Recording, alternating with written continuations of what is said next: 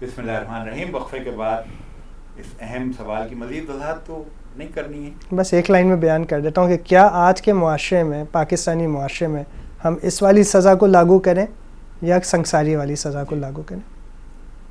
آپ لوگ اس پر کوئی اظہار خیال فرمائیں گے؟ میرا خیال یہ ہے کہ پاکستانی معاشرے میں کہیں کوئی سزا ہے یہ لاگو؟ کوئی کوڑے نہیں کھا رہا, کوئی سنسار نہیں ہو رہا, تو معاشرے میں تو یہ سزا ہی نہیں. یہ خود گویا اس بات کی گواہی دے رہی ہے کہ ایک کرپٹ, ایک بگڑا ہوا معاشرہ یہ سزا نافذ نہیں کر سکتا, جیسے کہ نہیں کر رہا ہے. اس کے لیے تو خود معاشرے کا صالح ہونا ضروری ہے, اور معاشرہ جب صالح ہو جائے گا تب وہ اس مقام پر لے کر آئے گا کہ وہ سزائیں نافذ کر سکے. اس لیے آج اعتراض تو ایسا ہوتا ہے جیسے پتہ نہیں کتنے لوگ سنسار ہو گئے, کوئی سنسار کوڑا کسی کو نہیں پڑا, تو سزا تو ہے ہی نہیں سرے سے. معاشرہ ویسے اسلامی کہلاتا ہے. تو اس پہلو سے یہ سوال بنتا ہی نہیں کہ آج کے دور میں یہ تو پہلے اس معاشرے کو ٹھیک ہونا چاہیے, معاشرے کو اس مقام پر پہنچنا چاہیے جہاں یہ سزائے وہ افورڈ کر سکے, برداشت کر سکے. اور اب تو سارا معاشرہ بگاڑ کا شکار ہے, تو اللہ تعالیٰ یہ نہیں چاہتا کہ چوروں کے ہاتھوں چوروں کے ہاتھ کٹوائے جائیں, زانیوں کے ہاتھوں سنسار کرایا جائے. تو اس میں تو ایسے حکمراں ہوں جو خود پاک ہوں, صاف ہوں, وہ پھر یہ سزائیں, اور انہی کے ہاتھوں سے لوگ ان سزاؤں کو نافذ ہوتا ہوا قبول کریں گے, خوش ہوں گے. اسی لیے اور اللہ تعالیٰ کا نظام بھی ایسا ہے کہ وہ ایسے لوگ کے ہاتھوں نہ یہ سزا نافذ کروا رہا ہے, نہ یہ کوئی مسئلہ ہے. اور پھر یہ مسئلہ ایسا نہیں ہے کہ پتہ نہیں ہزاروں لاکھوں لوگ کوئی سنسار ہو گئے ہوں. کتنے لوگ سنسار ہوئے ہیں گنتی ہے, انگلیوں پہ گنے جا سکتے پوری تاریخ میں. لیکن مسئلہ ایسے جیسے اسلام کی سزائیں, پتہ نہیں امریکہ میں جتنی موت کی سزائیں ہوتی ہیں وہ آپ دیکھ لیں سال میں کتنی ہوتی ہیں. امریکہ نے ابھی عافیہ صدیقی کو جس طرح جو تصویریں آ رہی ہیں, جو تشدد ہے, جو کمزوری, جس طرح گویا خون چوسا گیا ہے ان کا, تو اسلام کے بارے میں پروپیگنڈا یہ ہے ایسی سخت سزائیں ہیں, اور اس نے حالانکہ سزائیں تو گنتی کی ہیں, اس لیے کہ 4 گواہ ملنا مشکل ہوتا ہے.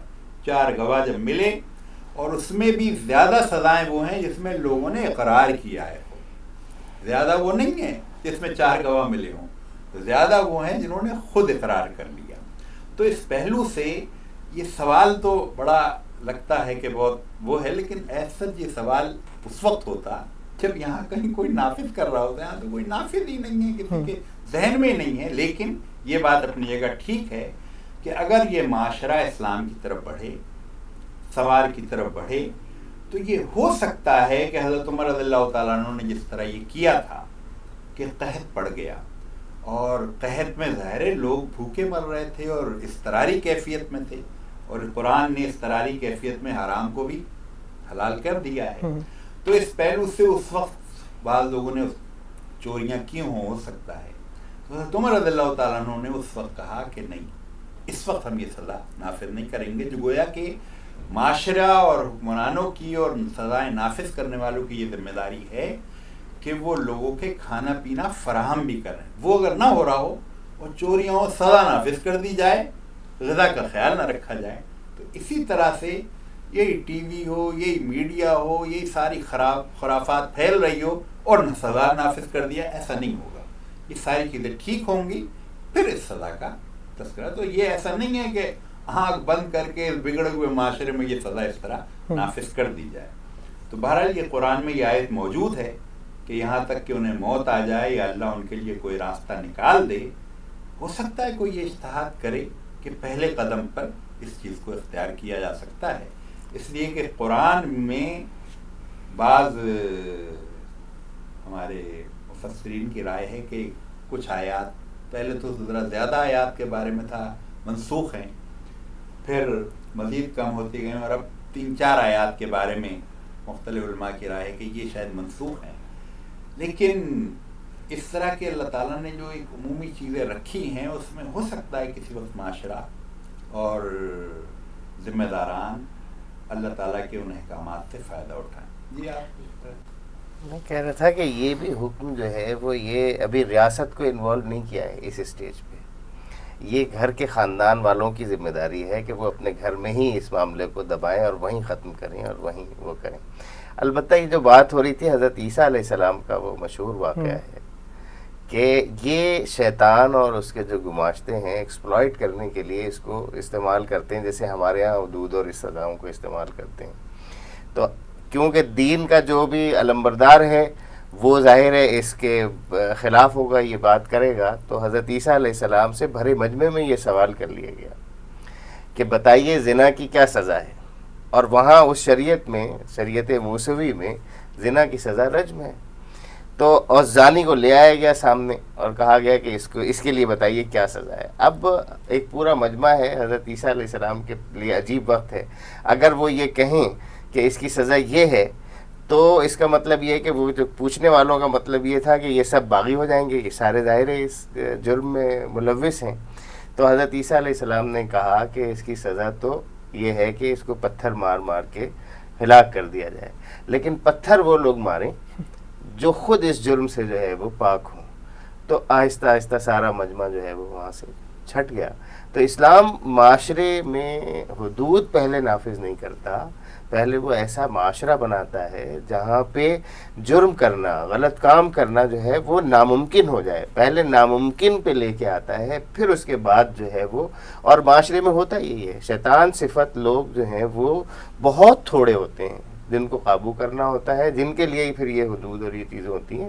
اکثر لوگ جو ہیں وہ ضابطے اور قوانین کے مطابق زندگی گزارنا ہی پسند کرتے ہیں. تو اللہ تعالیٰ نے پھر فرمایا اور تم میں سے جو اس فعل کا ارتکاب کریں ان دونوں کو تکلیف دو، پھر اگر وہ توبہ کریں اور اپنی اصلاح کر لیں تو انہیں چھوڑ دو کہ اللہ بہت توبہ قبول کرنے والا اور رحم فرمانے والا ہے. ہاں یہ جان لو کہ اللہ پر توبہ کی قبولیت کا حق انہی لوگوں کے لیے ہے جو نادانی کی وجہ سے کوئی برا فعل کر گزرتے ہیں اور اس کے بعد جلدی ہی توبہ کر لیتے ہیں. ایسے لوگوں پر اللہ اپنی نظر عنایت سے پھر متوجہ ہو جاتا ہے، اور اللہ ساری باتوں کی خبر رکھنے والا اور حکیم اور دانا ہے. مگر توبہ ان لوگوں کے لیے نہیں ہے جو برے کام کیے چلے جاتے ہیں، یہاں تک کہ جب ان میں سے کسی کی موت کا وقت آ جاتا ہے اس وقت وہ کہتا ہے کہ اب میں نے توبہ کی. اور اسی طرح توبہ ان لوگوں کے لیے بھی نہیں ہے جو مرتے دم تک کافر رہیں. ایسے لوگوں کے لیے تو ہم نے دردناک سزا تیار کر رکھی ہے. تو اس پہلو سے یہاں گویا انسانی دنیا میں کسی وقت جذبات میں آدمی سے غلطی ہو جاتی ہے وقتی طور پر، پھر اس کو پشیمانی ندامت بھی ہوتی ہے. اور پشیمانی اور ندامت اگر ہے تو اللہ تعالیٰ کو یہ ہے بڑی پسند. اس دل پہ خدا کی رحمت ہو، اس دل کی یہ حالت ہوتی ہے، ایک بار خطا ہو جاتی ہے 100 بار ندامت ہوتی ہے. اور احادیث میں توبہ کے حوالے سے بار بار اللہ تعالیٰ نے، اللہ کے رسول صلی اللہ علیہ وسلم نے تذکرہ فرمایا ہے، جو اس وقت شاید موقع نہیں ہے. تو اللہ تعالیٰ نے کہا ان اللہ یحب التوابین، توبہ کرنے والوں سے محبت کرتا ہے. نماز پڑھنے والوں، روزہ رکھنے والوں سے تو کرتا ہی ہے، لیکن جو گناہ گار ہیں اور توبہ کریں، اللہ تعالیٰ کہہ رہا ہے ان اللہ یحب التوابین، توبہ کرنے والوں سے اللہ تعالیٰ محبت کرتا ہے. تو توبہ کا بڑا مقام ہے. اور واقعات میں سچی توبہ، اس نے یہ حضرت فضیل ابن عیاض کا جو تذکرہ آتا ہے، ڈاکو تھے لیکن انہوں نے سچی توبہ کی اور پھر مینار نور بن گئے. بے شمار لوگوں نے ان کے ہاتھوں پر اسلام قبول کیا. تو اس لیے یہ رحمت کا دروازہ اللہ تعالیٰ ہر وقت کھلا رکھتا ہے، لیکن جب تک کہ موت کا فرشتہ گلے پر پنجہ نہ رکھتے اس وقت تک دروازہ کھلا ہے.